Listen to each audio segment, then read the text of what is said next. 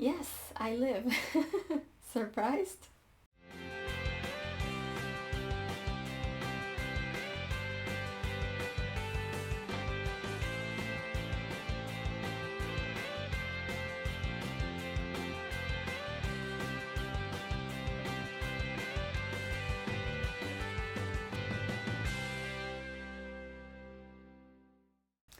Hi everybody, Carla here. I am so sorry. I have been away for a long while. I know I said I was gonna do the medium-sized bites, and I will. It's just, my god, my computer is useless. Unfortunately, it's the only computer I have. It's actually relatively new. It's not even a year old. It's just very slow. I can't edit nearly anything, so I'm pretty sure I'm gonna record this video today and it will take me months to put it out, but I will try. And I will get to the medium-sized bites eventually. I have to record more of them actually sometime soon, so hopefully I'll get to them and I'll be able to post, and this channel won't be completely deserted. Sorry. Like, seriously, I've been so busy, so much stuff has been happening that I barely have time. I started my PhD, so yeah, it's getting tight when it comes to time, and the computer being slow doesn't help, but it is what it is. Like I said, I can't really afford more at this point. Things are pretty tight, and I haven't monetized this channel yet, so every view you give me, every like, every comment helps me on my goal toward monetizing this, and maybe then I'll be able to pay someone to edit my videos for me. If this video is choppy for some reason, it's again my computer. I'm so sorry. It was the cheapest computer I could get on a really real hurry, okay? So I have to make do, but hopefully you can at least hear my voice behind. So that's an accomplishment, I guess. I don't know. Feel free to click out. I'd be sorry to see you go, but I can't at this moment give you the quality that you're expecting or even that you're used to from me because things are tight. Anyway, enough about me. I'm going to talk a little bit about me, but not quite in the same vein. So lately I have been very into looking up MBTI types, the Myers-Briggs type indicator kind of a thing. I'd heard of them before.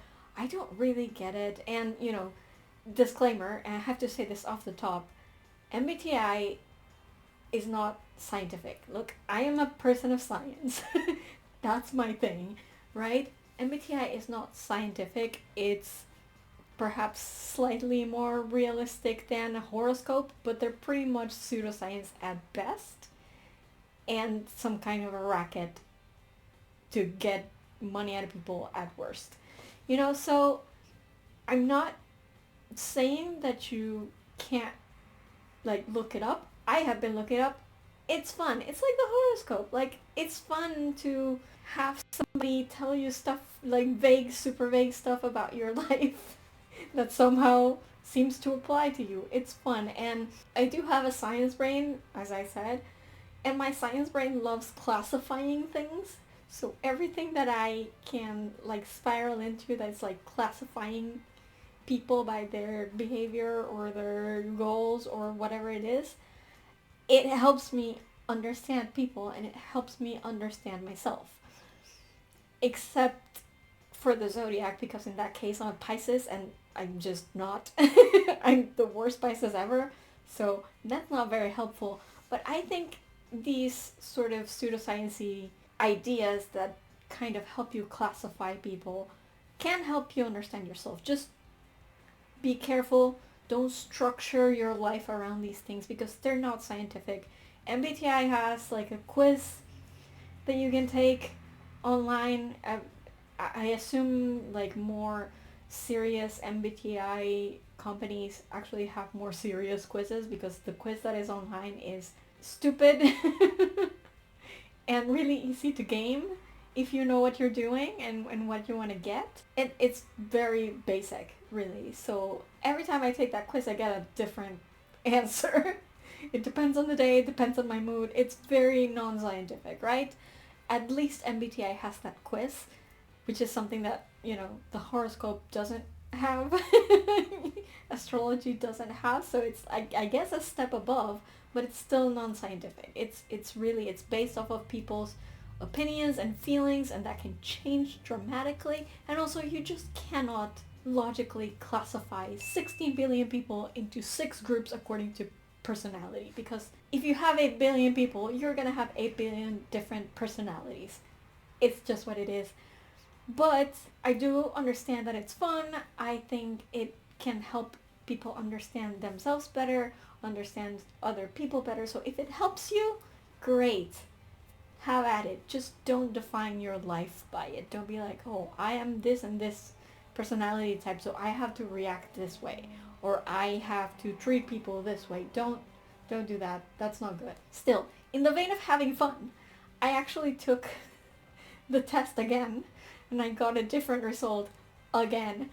So I started just reading the descriptions for the MBTI types to see like which one felt like it fit me more, and I came to the conclusion that I am somewhere between an INTJ and an INTP.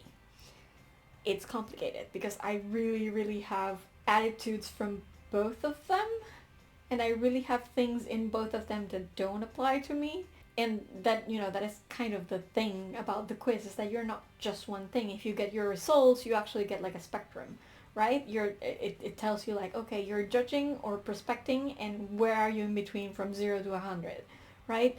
And in some of those categories, I'm at like 55 or something, like almost smack in the middle. So like, the quiz tells me I am an INTJ, but that J is like 54%, so I may have some prospecting qualities, and that is just reading the descriptions, I've come to the conclusion that I am somewhere between an INTJ and an INTP. Thing is, because I started reading about this and watching videos about this, the YouTube algorithm, because it knows me so very well most of the time, actually started recommending videos about MBTI and about MBTI and other stuff that I like. So some of those recommendations turned out to be Percy Jackson MBTI videos, where people sort of classified all the characters from Percy Jackson into MBTI groups. And I was like, hey, this looks fun. Let's check it out. And oh my god.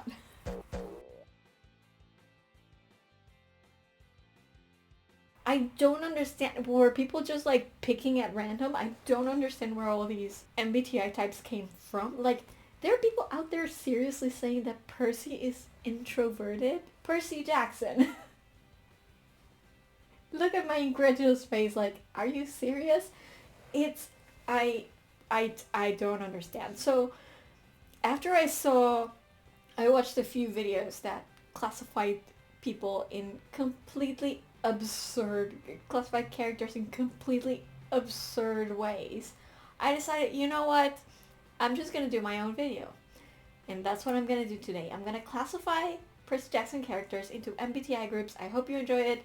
I will tell you from the get-go, I am only using the 16 personality types. So like the 4 letters that are for the indicators, that's all I'm using. I am not messing with cognitive functions because, number one, again, I'm a person of science. That is not what cognitive function means, okay? Cognitive function has a meaning in science, and it is not that. I don't know who came up with, like, there's, like, cognitive functions of behavior, like, that's just not a thing, okay?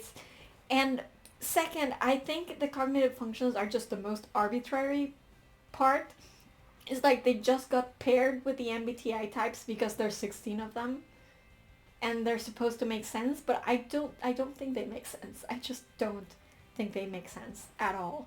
I don't think they accurately describe how people act, and I don't understand where people look at the cognitive functions and then go, oh yeah, so this person must act like this and this and this in this situation. Like, how? Where are you getting that from? It has no science basis. At least the MBTI indicators themselves have a quiz. Like, there's some data, as flimsy as it might be. But the cognitive functions, I don't know where they come from. I don't think they make any sense. I don't like them at all, so I'm not using them. I'm just focusing on the 4 MBTI indicators because those are the ones that I believe more accurately describe the characters. And also because, you know, these are characters. They're not real people, so they're not as complex. They are complex, obviously. Ramirez-Arellano is fantastic when it comes to creating characters that we love and that are endearing to us, but they're still characters, so we only see a limited amount of how they behave, and it's easier for me to classify them than it would be for a person who might react one way one day and then completely different the next day.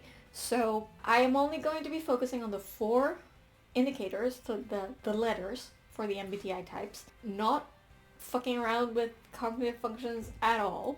Like, feel free to tell me in the comments if you think which cognitive functions like apply, but I haven't looked at them to make these decisions about the characters, right? And also, I'm only going to do the characters that have point of view sections in the main books, because otherwise it would just sprawl into like never ending. There's too many characters. I love you, Rick, but god damn it, there's so many characters in Percy Jackson, in the Riordan verse. But like, I'm just gonna do the main point of view characters. So that would be Percy for the whole Percy Jackson series, then everybody from Heroes of Olympus who got a point of view, and then for Trials of Apollo that would be Apollo, and then for the Sun and the Star that's Nico and Will, obviously. So it's just gonna be, I think there is 1, 2, 3, 4, 5, 6, 7, 8, 9, 10, 11 characters that I'm gonna do. Feel free to take up this idea and do the rest. Like, I would love it if people like actually put some thought into this instead of saying that Percy is a freaking introvert. Okay? Were they just going by the names? Like, I don't get it. I don't get it. Anyway, let's start.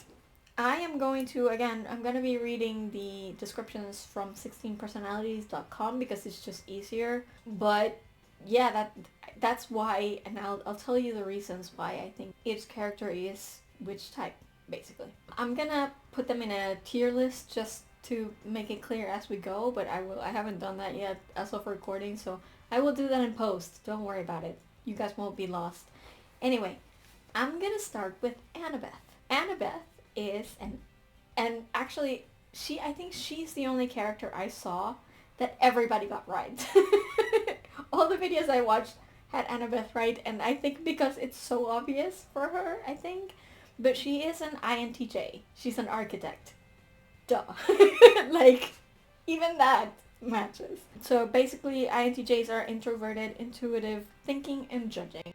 And Annabeth is most definitely all of that. All of that. Just as a description, I'm going to read it off my phone. Who is the architect personality type? It says, these thoughtful tacticians love perfecting the details of life, applying creativity and rationality to everything they do. Their inner world is often private, complex one. Which is, yeah, it's Annabeth. It also says, people with the INTJ personality type are intellectually curious. Definitely. Intellectually curious individuals with a deep-seated thirst for knowledge. That's absolutely true. I mean, she's a child of Athena after all. INTJs tend to value creative ingenuity, straightforward rationality, and self-improvement. Absolutely. That's very Annabeth. They consistently work toward enhancing intellectual abilities and are often driven by an intense desire to master any and every topic that piques their interest. That is absolutely for sure. Now I'm going to read the strengths and weaknesses of the type just so you can see that it really, really applies to Annabeth. Their strengths, they're rational. Like, duh, that's her whole thing, right? They're also informed. It says here that they don't go on hunches, they go on evidence, basically. They look for evidence in order to base their conclusions and their analysis on evidence. So that's most definitely her. They're also independent, which, of course, I mean, it's Annabeth after all. And they are determined. This girl is one of the most determined people I've ever conceived in my life. Like, she is incredible. She survived a trip across the United States to get to camp when she was like 7. She was desperate to get a quest when Percy came to the camp later. When the prophecy came on, she was doing everything she could to actually figure it out and try to save her friends. When Percy disappeared, she would not give up until she found him. So yeah, she's absolutely one of the most determined people you will ever see.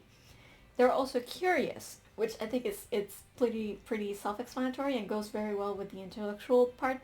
And they are very original. They try to come up with solutions. And it says, this personality type rebellious streak is responsible for some of history's most unconventional ideas and inventions. And I think that goes a lot with Annabeth and her wanting to be an architect and her trying to find solutions to everything. Like, she's always the one people turn to for solutions when a problem comes into. So she's creative in that way and original in that way. Now let's talk about her weaknesses, which is they can't be arrogant, which sure, I can see that in Annabeth a lot. They can be dismissive of emotions sometimes. I think there have been a few moments in the books where Annabeth is like, you know, we have to keep trying, we have to look for this or do this, not taking into account that people have gone through like something really traumatic like right before. Which I think it's not a bad thing in my book, because like I'm like that too, but it's definitely something I can see in her. They can also be overly critical, which I don't think Annabeth is like super critical, but I think she's gonna tell you the truth even if you don't want to hear it, which is, I think, has to do with that. They can be combative. I definitely think like if you try to tell Annabeth that she's wrong and she knows she's right, she's gonna fight you. That's for sure. And they can be socially clueless, which I don't think this one necessarily applies to Annabeth. I think she's very smart in the same way that I'm like that too. It's like, it's not that you're socially inept. Like, you can understand social cues, you just don't think they're that important. But you can participate in them when you need to. You're adept to society. You learn how to do those things.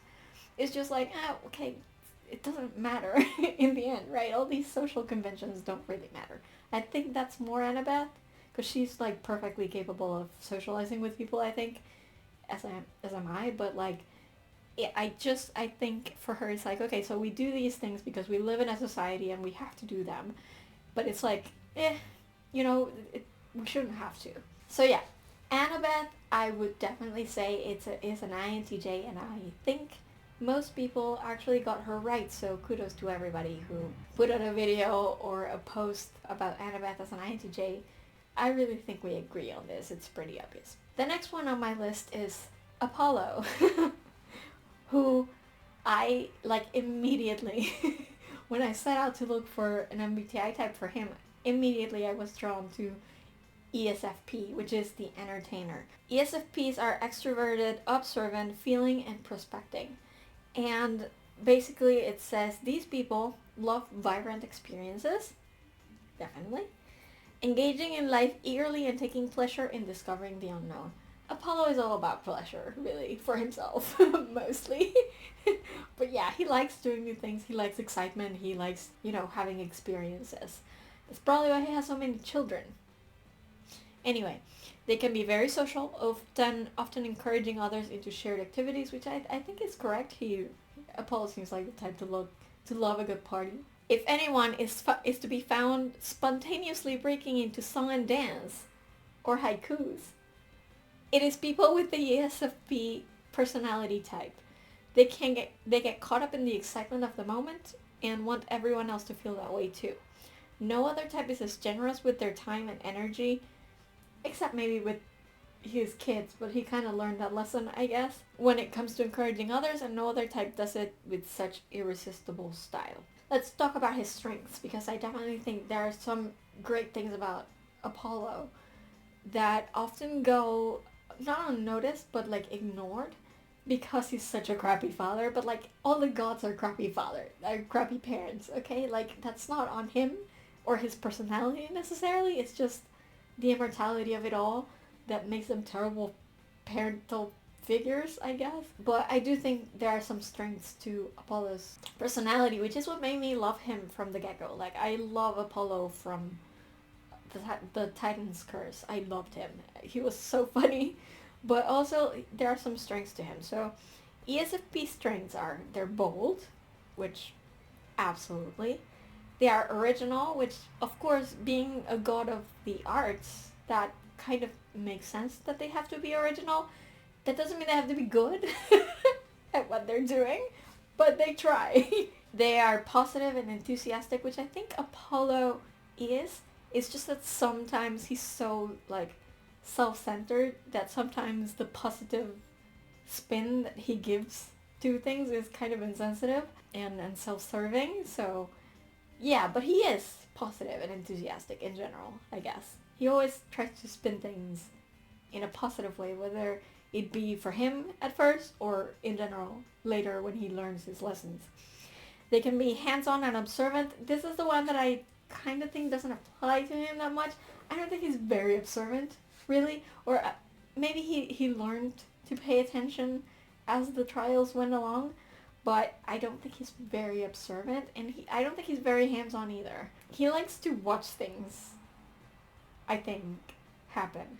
But again, I wonder whether that's a quality of the gods themselves or if it's just Apollo. So, and excellent people skills, which, yeah, he's extroverted for sure. Like, he's the life of the party. So, of course, and you know, he might be a little oblivious, or a lot oblivious, honestly, but he still kind of wants to interact with other people, which is good. Let's go to his weaknesses. They can be sensitive, for sure, absolutely. The man thinks everything has to do with him. he everything that happens is a problem for him and upsets him. So, yeah, he's very sensitive. And, you know, for a man who writes poetry unprompted, I would say sensitive is a pretty good descriptor. They're also conflict averse, which he definitely is. Oh my god, that man is completely oblivious to when people are mad at him, when people have issues with him. He doesn't get it. It just goes right over his head, and he likes to pretend that everything is fine and that there are no problems, just to avoid getting into actually solving those problems. So yeah, he's very conflict averse. He's also easily bored, which again, I'm not entirely sure that this is him or the gods in general, but he's definitely easily bored. Because, like, I don't think Athena gets bored, so it might not be all the gods, but I think Apollo definitely gets bored really quickly with things. I mean, that's maybe why he's the god of so many freaking things, is because he tries one thing and then moves on 5 seconds later. Maybe, I guess. They are poor long-term planners, which absolutely, like, the dude lives in the moment, for sure. He has no idea of the consequences of his actions, or anyone's actions, really. He just doesn't think about it. And also they can be unfocused, which, again, god of everything but the kitchen sink. So you can see how he's got, like, too much on his plate and he can't focus on one thing specifically. So I definitely think he's that. And that is Apollo. Again, he's an ESFP, an entertainer personality. Now we're gonna move on to Frank, who is another one of my favorites. Frank is an ISFJ. That is a defender. ISFJs are introverted, observant, feeling, and judging. These people tend to be warm and unassuming in their own steady way, which, if that's not a description for Frank, I don't know what is. Okay, Frank is a beautiful, adorable cinnamon roll. And he's just there to, like, help. That's all he is. They're efficient and responsible, giving careful attention to practical details in their daily lives. And I think this is a lot of the reason why Frank got to be Praetor. Like, I don't think you can be Praetor without being efficient and responsible. I really don't think so. And just giving attention to people. You're there to help lead and solve your legion's problems, right? So you have these people under your command, and it's up to you to guide them and protect them. In their unassuming, understated way, people with the ISFJ personality type help make the world go round. Hardworking and devoted, which, again, can we just, like, put Frank in this description. Hardworking and devoted, these personalities feel a deep sense of responsibility to those around them. ISFJs can be counted on to meet deadlines, remember birthdays and special occasions, uphold traditions, and shower their loved ones with gestures of care and support. Listen, Frank would know everybody's birthday. He would make sure to text them and congratulate them every time. Like even random people he hasn't really spoken to a lot, he would know. He would make sure to like write down on his cell phone, on his calendar, and like be there on the day of your birthday, on the day of an anniversary. He is that guy. They rarely demand recognition for all that they do, preferring instead to operate behind the scenes.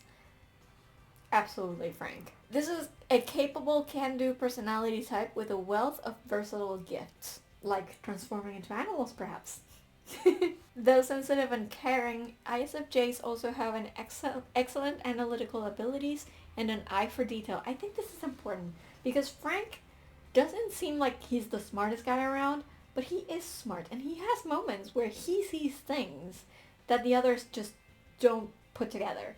And I think that's very, very accurate to him. Despite their reserve, they tend to have well-developed people skills and robust social relationships, which, yeah, Frank is he can be a little bit shy, he can be a little bit socially awkward, but once he, like, knows a person and has interacted with a person, he's there. Like, he's a rock for them. So I definitely think this applies to him. These personalities are truly more than the sum of their parts, and their varied strengths shine even in the most ordinary aspects of their daily lives. Let me plug in my phone because it's almost dying. Alright, let's go into the strengths and weaknesses. The ISFJ's strengths are that they are supportive, which absolutely.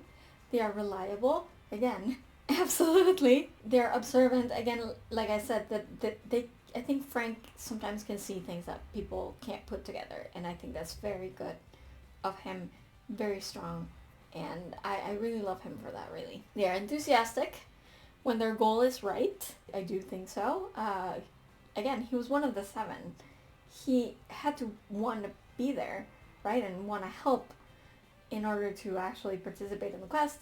So I think he can be very enthusiastic about things that he likes and about people that he cares about. They're also hardworking, which absolutely, and they have good practical skills, which I think Frank definitely does, otherwise he wouldn't be a praetor, right?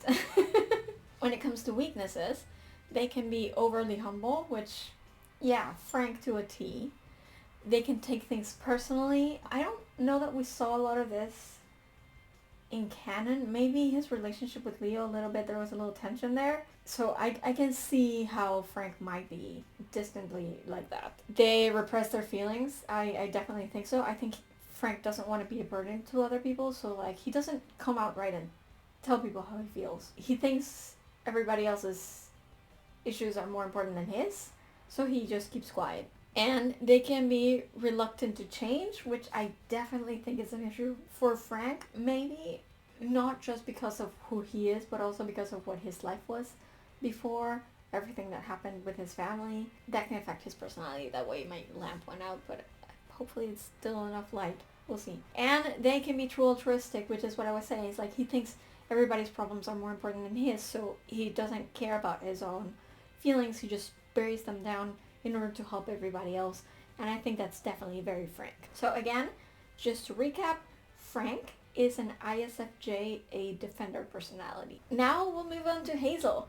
Hazel is an INFP, which is a mediator personality. And Hazel was a little bit, not hard to place necessarily, but like I was doubting whether she was an introvert or an extrovert. Because I think she's very good in like social situations. She doesn't really seem from canon like she'd rather like be alone, like she prefers being on her own. But I do think she's the type to want to be with a small group of people she cares about all the time, but not necessarily like partying. She can party. Like, of course she can. I'm sure she likes it, but it's like she would much rather like spend a quiet evening at home with the people she loves. She seems that kind of type, especially, you know, since she's she was dead and came back to life, and technically has to hide from Hades, I guess. Like, I don't even know that that's a thing. But, like, she's I wouldn't say unassuming, but she doesn't try to put herself out there necessarily because of how complicated her life is. And I think that fits her very well. So I decided to go with introverted, and she ended up being an INFP. These rare personality types tend to be quiet, open-minded, and imaginative. Imaginative for sure. She's definitely open-minded. She's not as quiet, but she's not like the first one to volunteer her opinion, generally. She waits until everybody speaks and then she speaks her mind. They apply a caring and creative approach to everything they do, which is Hazel to a T. Although they may seem quieter and assuming, people with the INFP personality types have vibrant, passionate inner lives, which I definitely think is true of Hazel.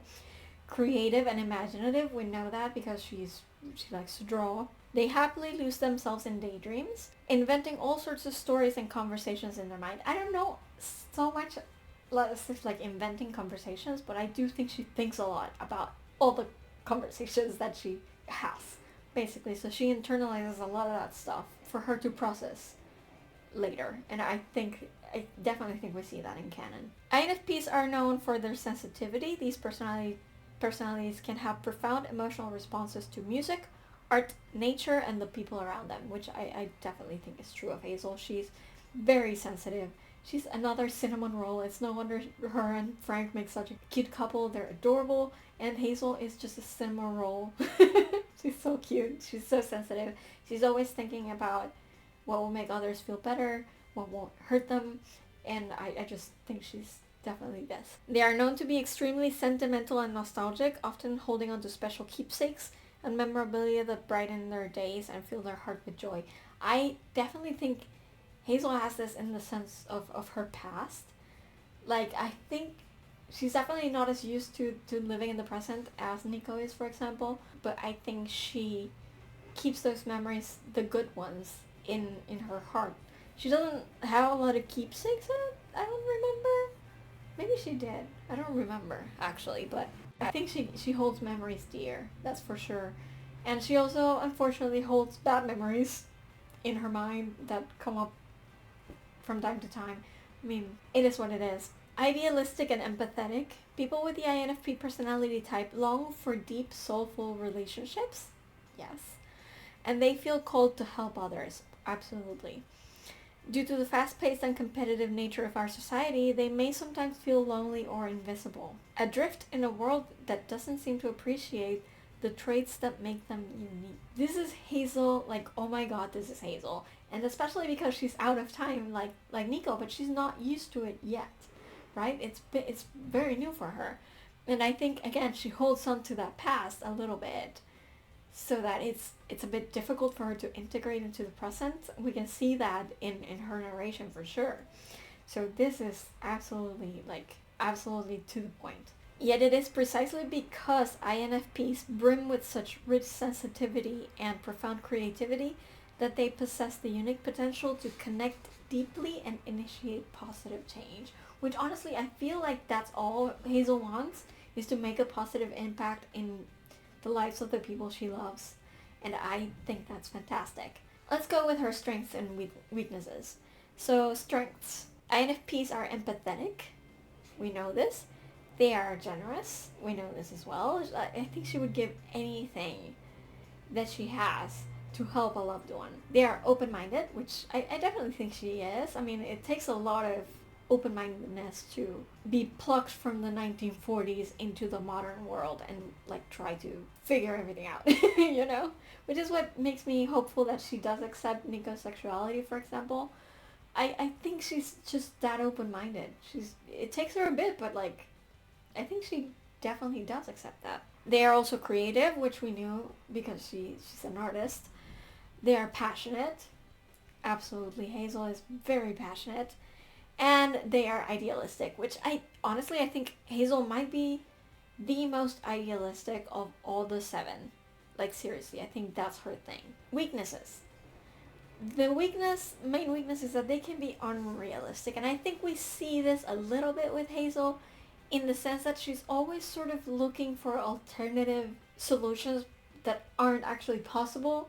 It's like when they have a problem during their quest and somebody's like, okay, this monster is attacking, we're screwed. She's like, this is the only thing we can do and it's dangerous and one of us might die. And Hazel will be the one to be like, but can't we do this other thing?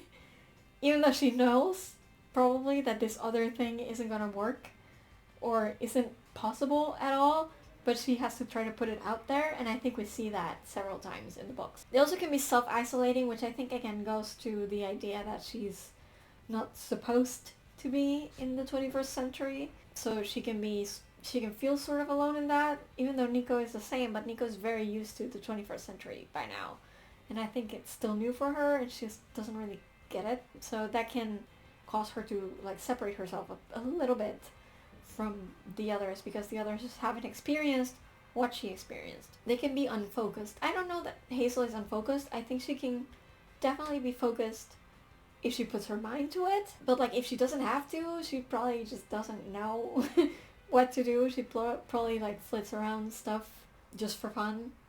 She seems the type. And they can be emotionally vulnerable, which I definitely think is true of Hazel. And they can be too eager to please. Which, yeah, she does seem like she would do anything to help someone else, even if it hurts her. Like, I mean, she died in a heroic sacrifice, didn't she? So, yeah, definitely seems like a people pleaser, I guess. Except when those people hurt her on purpose, like her mother, for example.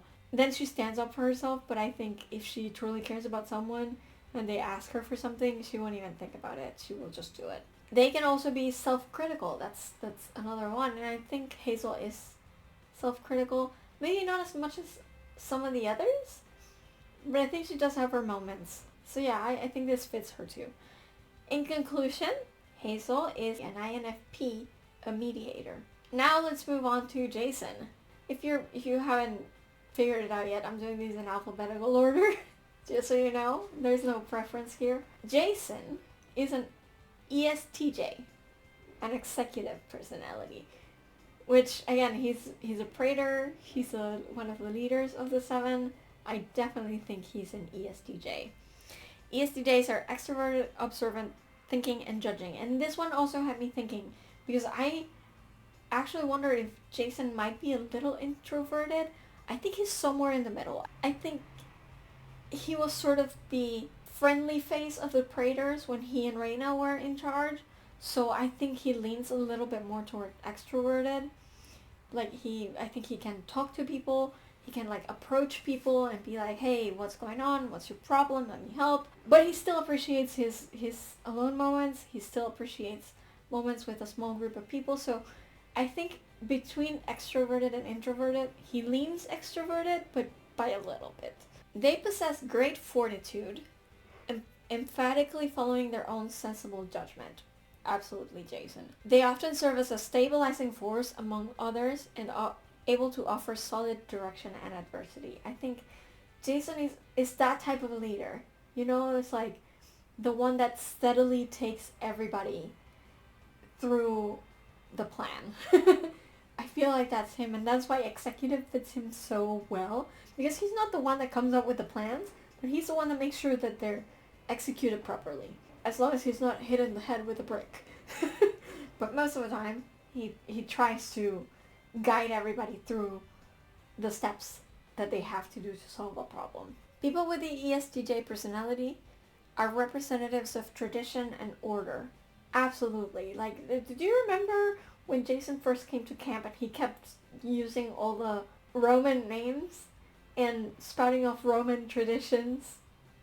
Definitely seems like him. He's very ingrained in the Roman system. Utilizing their understanding of what is right, wrong, and socially acceptable to bring families and communities together. Again, he's a praetor. That's who he is. Embracing the values of honesty and dedication, ESTJs are valued for their mentorship mindset and their ability to create a follow-through on plans in a diligent and efficient manner.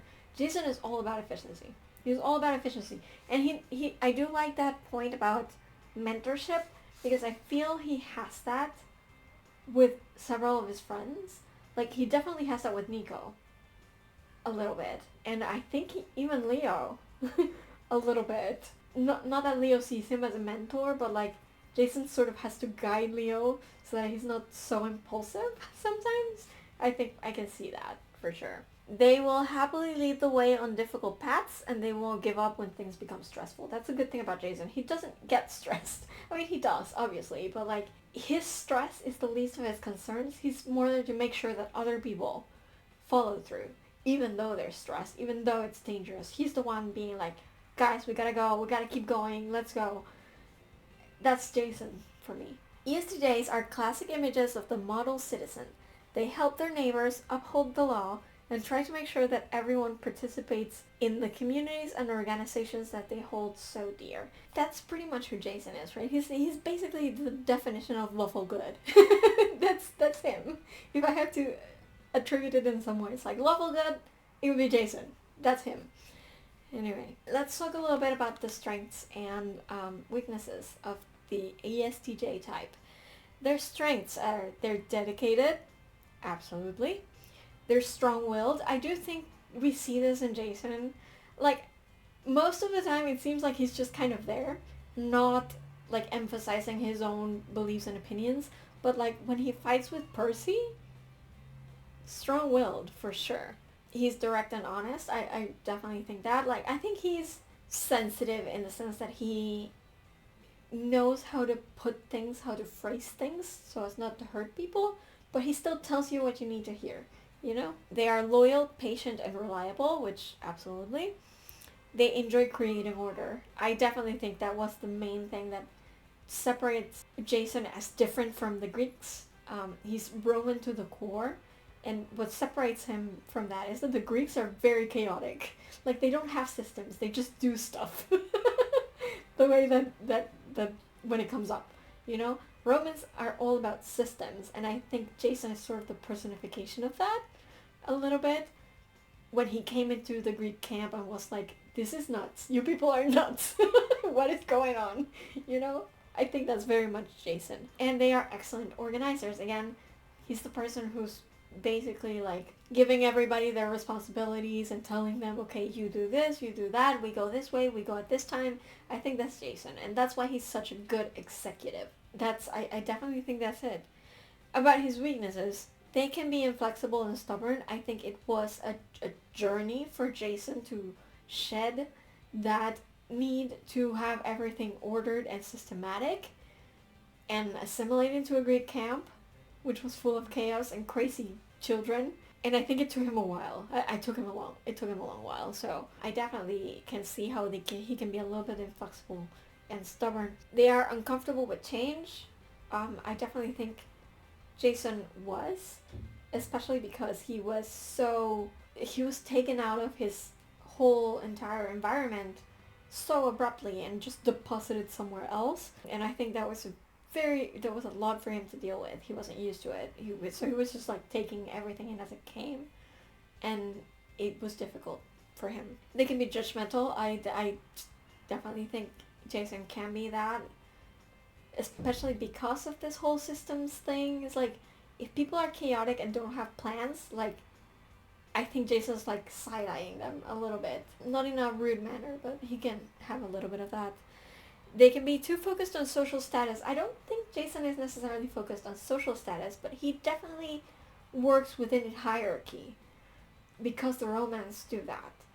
I think he was used to being the praetor, and he was used to being a leader, and that's one of the reasons why he clashed a little bit with Percy, in the sense that they're both leaders, and Jason is used to like leading on his own or in a team that he knows, and he doesn't know Percy. Percy's an unknown to him. I do think that hierarchy came in when it came to stuff like dealing with Percy and with another leader that just popped up. They can have difficulty relaxing. I definitely think Jason's very anxious, but inside anxious. Like, he doesn't show it a lot to other people, but he stresses out about everything for sure. And they can have difficulty expressing emotion.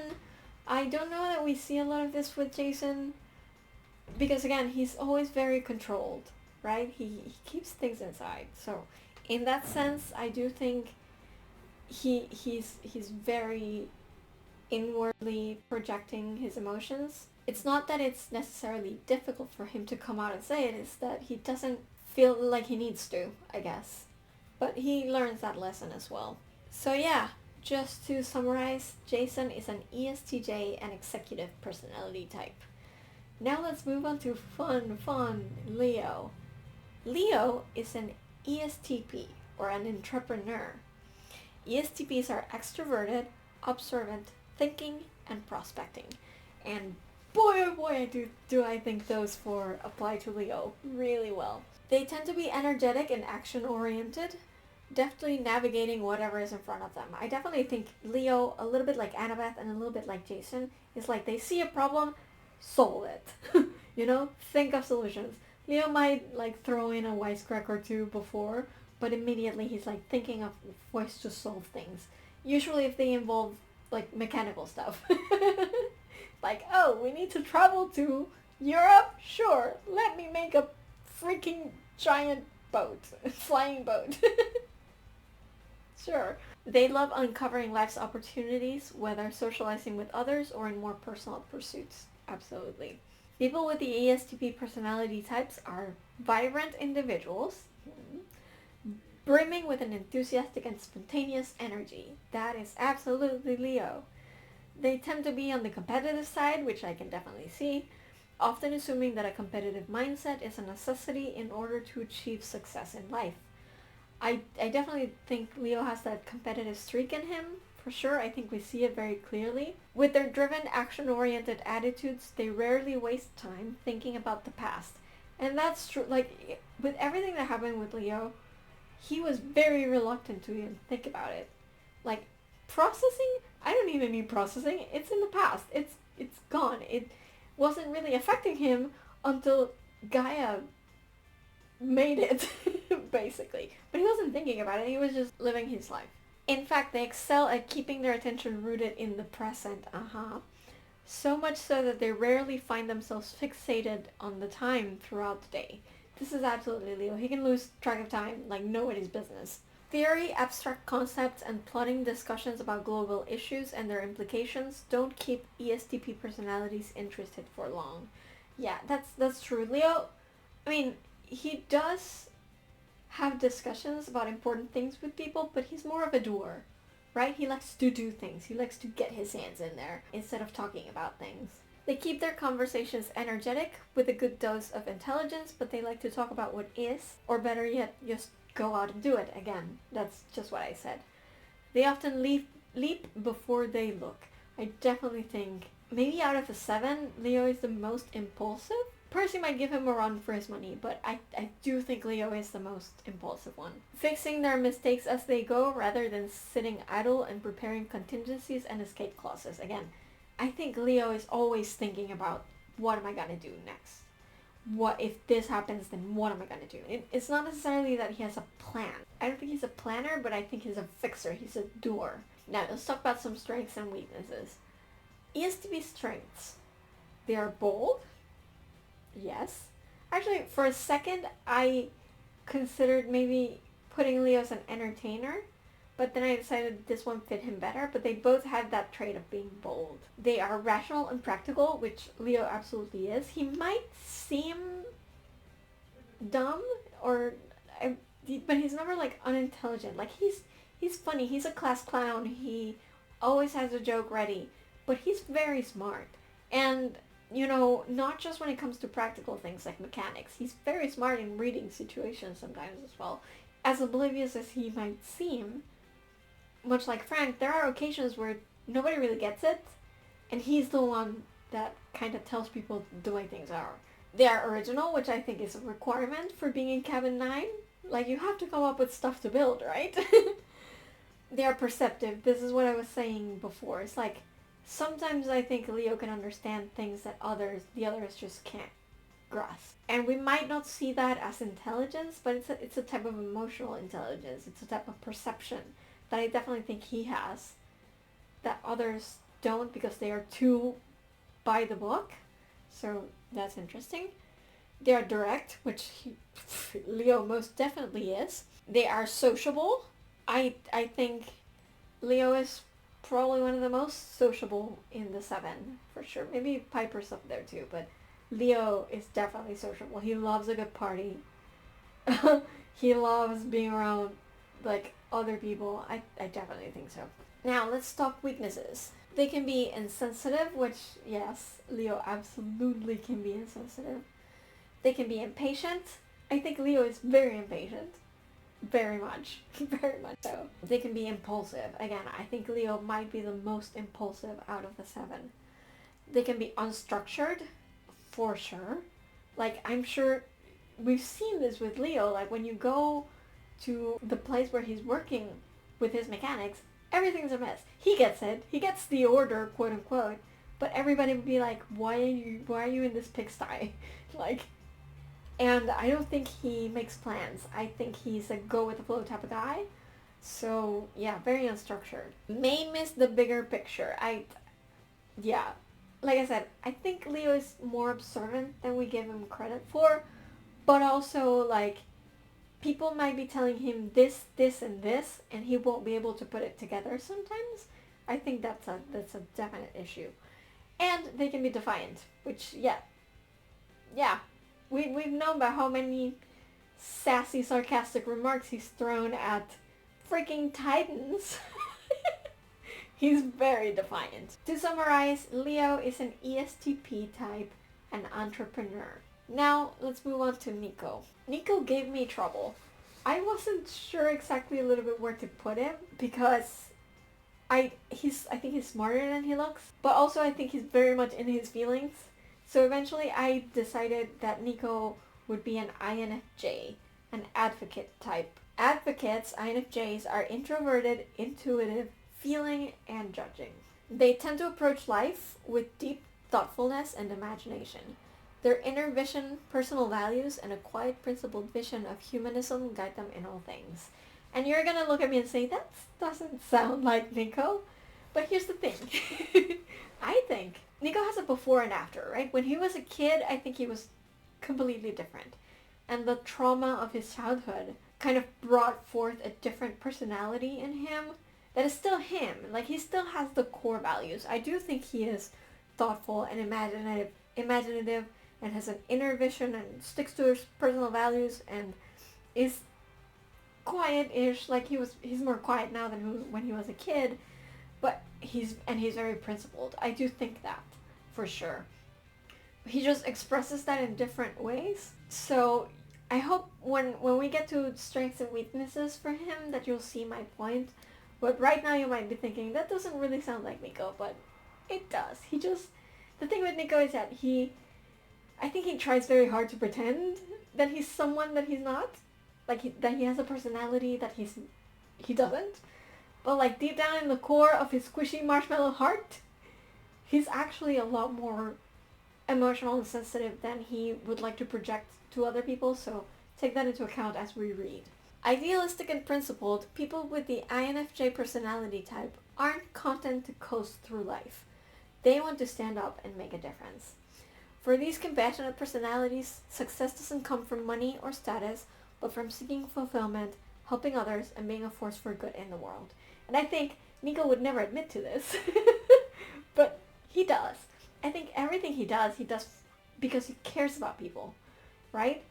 And he doesn't like to make it seem like he cares, because in his mind, caring about people is a weakness because they leave or they die, right? So he doesn't want to care about people, but I think he can't help himself, and I think he cares so much, and I think he would do anything, and he has proven that he will do anything to help people, even people who have shunned him. There's a very INFJ trait. While they have lofty goals and ambitions, INFJs shouldn't be mistaken for idle dreamers. People with this personality type care about integrity. They're rarely satisfied until they've done what they know to be right. Conscientious to the core, they move through life with a clear sense of their values, and they aim to never lose sight of what truly matters, not according to other people or society at large, but according to their own wisdom and intuition. And that's very, very true of Nico, I think. I think he has a very strong moral compass for what's right and wrong. He might not think so, and it has gone astray with the whole Minos thing, right? He feels like he did wrong things. He feels like he's not a good person because of that, but he is. And I think he learns that about himself as they go along in the books. He needs to follow his instincts about what's right and wrong so he doesn't end up in another Minus situation. And I definitely think he learned that lesson, and I definitely think he shows that by the time Heroes of Olympus rolls around. I don't know about the goals and ambitions. I don't think Nico is super ambitious. I think he just kind of wants to live a quiet life, I guess. I definitely think he has dreams, right? He wants things. He doesn't want to be like a leader, or he doesn't necessarily want to like set out to be a hero, but he wants to be happy. He wants for the people he loves to be happy.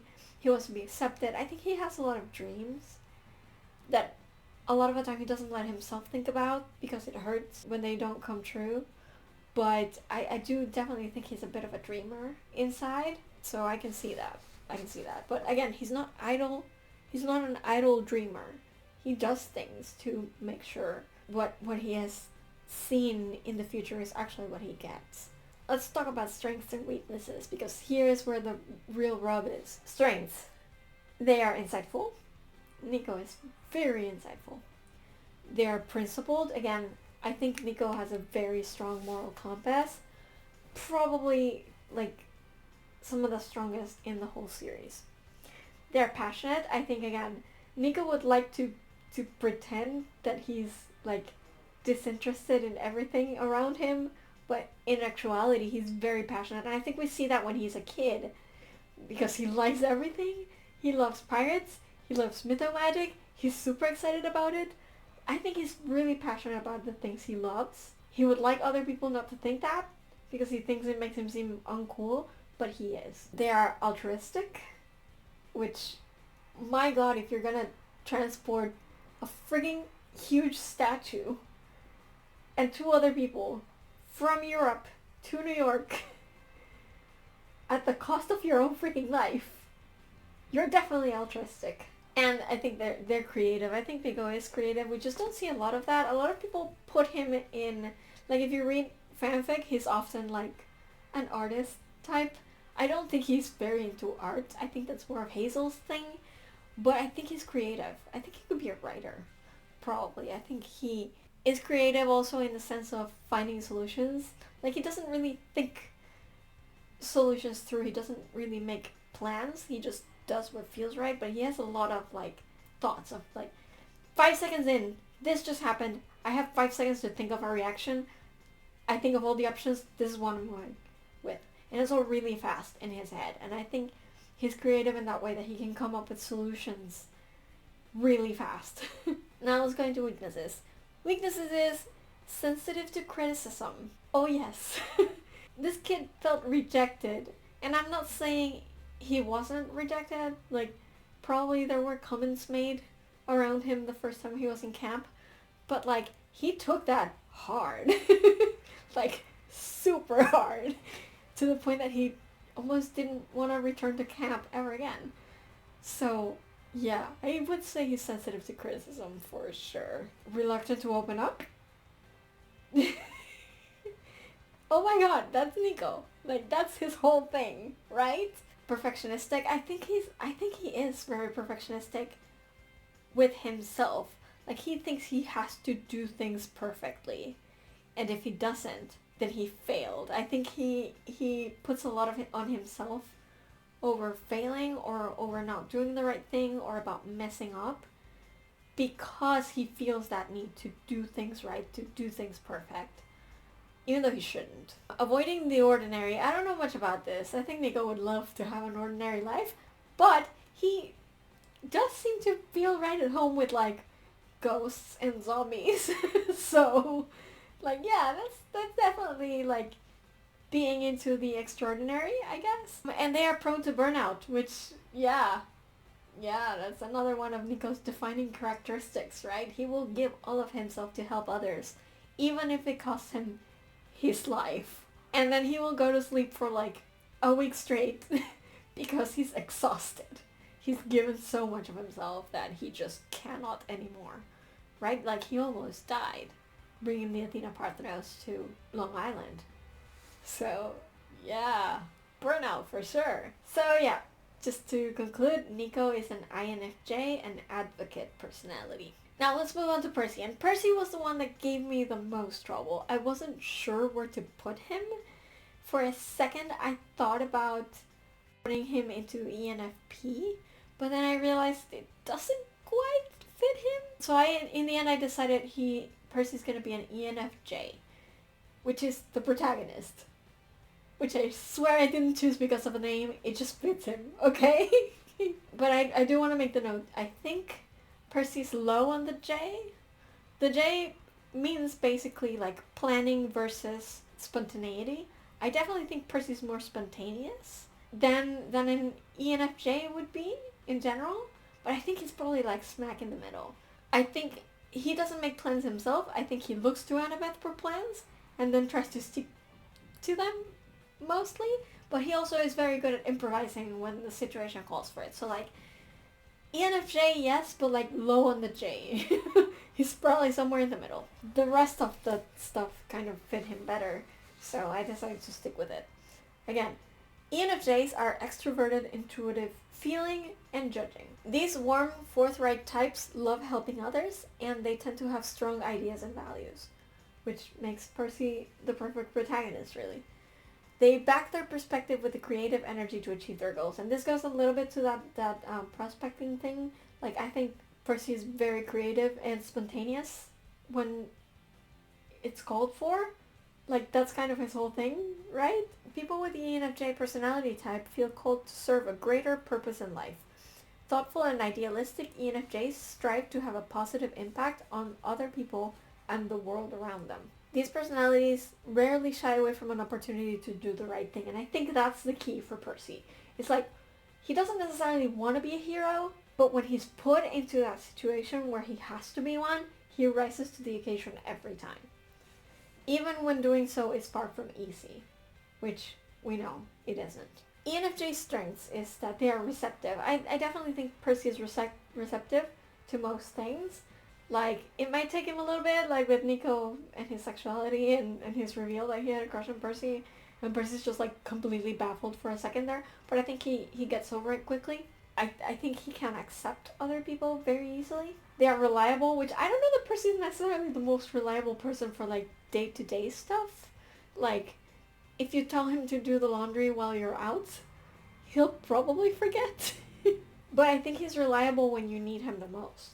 When it's life or death, and you need someone to save the day, Percy's gonna be the one, right? He's always gonna be that big damn hero. He's gonna have that big damn hero moment where he just comes from nowhere and saves your life. So, reliable in that sense, yes. They are passionate, which I definitely think Percy is passionate. They are altruistic. Pretty much, yeah. Like, again, he's a hero, right? He's putting his life at risk to save everyone and putting himself in a leadership position which he doesn't necessarily want in order to help everyone. And they are charismatic, which I definitely think is Percy's sort of defining trait, right? Like, he's very charismatic. That's why he is the protagonist. That's why he's the leader to everybody. You know, people just look to him. In Manhattan, everybody saw him as a hero, even though there were people there that are older than him and more that had more time at camp than he did. He just has that it quality, you know? Weaknesses is that they can be unrealistic, which again, is like that Hazel thing where she's unrealistic. It's not so much that they live in an unreal world. It's more that they are always there to like offer like some other type of situation, other type of solution, which all the others are like, no, it just doesn't work that way. And they're like, but it could. And the others are like, no, it couldn't. So in that sense, they're unrealistic. They can be overly idealistic, which I think in Percy kind of presents as wanting to see the best in everybody. I think when people started turning to Kronos in the first book series, a lot of the characters took it personally because they knew those people. Like Annabeth with Luke, for example. Because Luke, she was so close to Luke that it hurt that he was turning, that he had turned this way. I think Percy saw it more in the abstract, right? It's more like, we're supposed to be the good guys. Why are they turning against us? You know, and that I think goes to the overly idealistic idea. It's like, these people should be good. You know? They shouldn't, like, even though camp is not perfect and the gods are not perfect, this is home, right? So why would they do that? And I think he was sad for people turning in that sense, in the more abstract sense, because he is very idealistic, even though he's sassy AF, you know? They can be condescending. I don't know that we necessarily see this in Percy, but, like, again, he's sassy AF, right? He's a sass master, so maybe there's a little bit of that in there. And they can be intense. I definitely think Percy can be super intense when he, like, a bit of a drama queen too. And, you know, it takes a specific kind of personality to handle him, which I think Annabeth has. But yeah, he can be a little bit intense. And he can be a bit overly empathetic. Again, with the people turning to Kronos, it's like, you know, some of them did horrible things and Percy would still accept them because he can see things from their side eventually. And I think that's very much a trait of his. So, to wrap up, Percy is an ENFJ, a protagonist personality, but low on the J, asterisk, low on the J. Now let's move on to Piper. Piper is a true ENFP. Like I said, I considered Percy for this one, but I don't think it fit him quite well. I definitely think it fits Piper much better. ENFPs are extroverted, intuitive, feeling, and prospecting. These people tend to embrace big ideas and actions that reflect their sense of hope and goodwill toward others. Their vibrant energy can flow in many directions, and I think this is very good, because I think Piper was definitely like the most vibrant of the group. She was kind of like the cheerleader a little bit, the one that was there to say, hey, it's okay, we can keep going, there's a solution, we'll figure it out. I think this is very much her. People with the ENFP personality type are true free spirits, which, if that's not Piper, I don't know who is. Outgoing, open-hearted, and open-minded. Absolutely. With their lively, upbeat approach to life, ENFPs can stand out in any crowd, for sure. But even though, I mean, she is the daughter of Aphrodite after all. But even though they can be the life of the party, they don't just care about having a good time. These personalities have profound depths that are fueled by their intense desire for meaningful emotional connection with others. And I think we see that in Piper. Again, she's kind of the example of how children of Aphrodite don't have to be flighty. They can be the center of attention, and they can like attention on them without being superficial and shallow. Piper is very deep. She has a lot of emotions. She deals very heavily with the situations that life throws at her, and she also sees that in other people, right? She does that for other people as well. So I definitely think Piper was put in this series as an example of how children of Aphrodite can have hidden depths and hidden strengths that we don't really see in any of the others. Now let's talk about strengths and weaknesses. ENFPs can be curious. I definitely think Piper is curious. They are very perceptive, which for sure, I think Piper's probably the most emotionally perceptive out of the entire 7.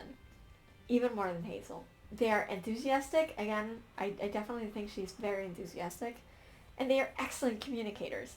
I think Piper was the one not necessarily coming up with the ideas like most of the other in the 7, but she was the one that could take those ideas and put them into a practical frame and explain it to others in ways that they understood it. I definitely think she's an excellent communicator, probably the best out of the group. Like if one had to think of like one spokesperson for the group, it would be Piper, for sure, like without even thinking twice. They are easygoing, which yes, Piper is. They are good-natured and positive. Absolutely. Now for some weaknesses. They can be people-pleasing. I definitely think Piper can do that. I definitely think the whole Hera thing messed with her a little bit, and I think a lot of her relationship with Jason, listen, I think she cares about Jason, I think she loved him, but I think a lot of their relationship was her like trying to do what was expected of her, and that's probably why they broke up, because she wasn't sure if she was doing it for herself or because this was the situation she found herself in and she didn't want to hurt Jason anymore. You know what I mean? Like, I think she was having doubts, and I think it went on longer than it should have because of that. But I do think she loved him. I don't think the relationship was fake, but I think if she had allowed herself to think of things earlier and deal with the consequences of Harris messing about earlier, it may not have lasted as long. They can be unfocused, which I don't know about Piper. I don't think we've seen her be unfocused necessarily, but she's very spontaneous for sure. Like, she doesn't plan things. They can be disorganized, which again, if you don't have a plan, you can be like very like free will, sort of like I'll just go with the wind. And they can be overly accommodating. Again, with the Jason thing especially, I think there was a lot of that in there. They can be overly optimistic. I wouldn't say she's necessarily negatively optimistic. Like, I don't think she sees things as she hopes they will be. She sees things as they are. She's very smart and very clear-eyed. But she's always the one trying to lift up other people and lift up their feelings and trying to tell them it's okay, we'll keep going, we'll get there. So in that sense, sometimes she can be overly optimistic if people aren't receptive to that, so I can see that. And she can be restless, which I do think we see that eventually with her. Like, she needs to get out of her relationship with Jason, she needs to get back to Los Angeles, I don't think she's the type to stay put in one place or in one thing for very long. To wrap it up, Piper is an ENFP, a campaigner type. Now let's move on to Reyna. We're almost at the end. Let's move on to Reyna. Reyna, I believe, is an ISTJ personality, a logistician. Logisticians are introverted, observant, thinking and judging, which it's Reyna, of course. These people tend to be reserved, yet willful, with a rational outlook on life, for sure. They compose their actions carefully and carry them out with methodical purpose. That is Reyna to a T. People with the ISTJ personality type mean what they say and say what they mean. And when they commit to doing something, they make sure to follow through. Absolutely Reyna. With their responsible and dependable nature, it might not be surprising that ISTJ personalities also tend to have a deep respect for structure and tradition. And again, we're back to this. Jason and Reyna were both praetors, and they both have that quality of being very Roman in the systematic sense of the word. Romans are all about systems, are all about laws, are all about democracy, and I think Reyna exemplifies this. They are often drawn to organizations, workplaces, and educational settings that offer clear hierarchies and expectations, which is why I think it's so important and such a character development moment that Reyna joined the Hunters of Artemis, because they seem very unstructured in general. Like, they just do whatever Artemis wants them to do, right? Whereas the Roman camp is very structured. And I think this is one of those cases where Reyna is realizing that her own need for stability and structure is limiting her, and that's why she joins. While ISTJs may not be particularly flashy or attention-seeking, which Reyna is not, they do more than their share to keep society on a sturdy, stable foundation. Again, she's a praetor, or she was, In their families and their communities, people with this personality type often earn respect for their reliability, their practicality, and their ability to stay grounded and logical even in the most stressful situations. Guys, this is so Reyna, like, I can't even. True to their methodical nature, ISTJs often steer clear of impulsive behaviors, instead favoring careful deliberation when it comes to decision making of any kind. This is so Reyna. This is absolutely her. So let's talk strengths and vulnerabilities. For the ISTJ strengths, they are honest and direct, which Reyna is. They're disciplined, which Reyna is. I don't have a lot to say about that. We all know that she is. They are very responsible. They are calm and practical, which, my god, that woman is one of the most level-headed people I know. They are organized and effective. Again, she's a praetor. And they are research-oriented. But, like, research-oriented not in the Annabeth type, but, like, in the type that she needs to have all the factors in order to be able to make a decision. Right? She needs to have all the evidence. in order for her decision to be informed. I think that's very much Reyna. Now let's talk weaknesses. They can be stubborn. We know this. They can be insensitive. Like, yeah, Reyna doesn't have the best bedside manner necessarily. Like, I think that was more Jason's job when they were the two praetors. And I think that's probably going to be Frank's job now when they were praetors together. So yeah, I think she can be a little bit blunt and insensitive. She's always by the book, for sure, which is why it's so great when she eventually gives up the Roman camp to go with the hunters. She can be judgmental. Yeah, I can see that a little. Like, I think first impressions are important to her, but she's not so just judgmental as to not change her mind when given new information, right? So, like, she might think you're a dick the first time she meets you, but if you do something impressive later on, something that she can respect, then she will respect you. And she's prone to burnout, which is funny because, like, her abilities are to give, like, to boost people's power and energy, right? This is kind of ironic. But, like, I think she can give so much of herself that she burns out a little bit. I don't think we've seen this, but, like, she must be exhausted. Like, by the time Trials of Apollo rolls around, she must be exhausted. Oh my god. Anyway, that's Reyna. Again, she's an ISTJ, a logistician personality. And last but not least, we go to my absolute beautiful sun baby, Will. I love him so much, he's my favorite. Anyway, Will, I didn't even have to think about this twice. Will is an ESFJ personality, which is a consul. ESFJs are extroverted, observant, feeling, and judging. And let me give some side-eye to the people who were saying that Will was introverted. I'm sorry, he says in the book, in The Sun and the Star, he says he's extroverted. He's an extrovert. We know this. Let's not change that. I think people were just trying to put him into like a, I don't even know, like a caretaker personality. I don't remember the name exactly, but that one is introverted and Will is not introverted. He's just not. They are attentive and people focused, absolutely, and they enjoy taking part in the social community. I think Will is definitely a community person. He loves dealing with it. Like, he's gonna complain about people getting hurt and going to the infirmary, but like, he loves it. He loves having people around and talking to them and helping them. Their achievements are guided by decisive values and they willingly offer guidance to others, which, for sure. For people with the ESFJ personality type, life is sweetest when it's shared with others.